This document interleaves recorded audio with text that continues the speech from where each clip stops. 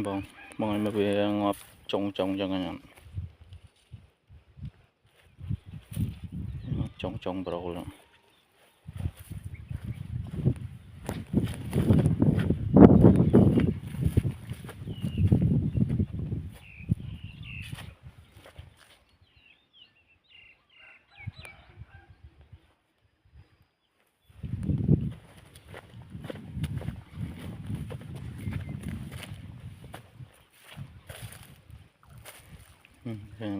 cái men mệt cái ngọt yên này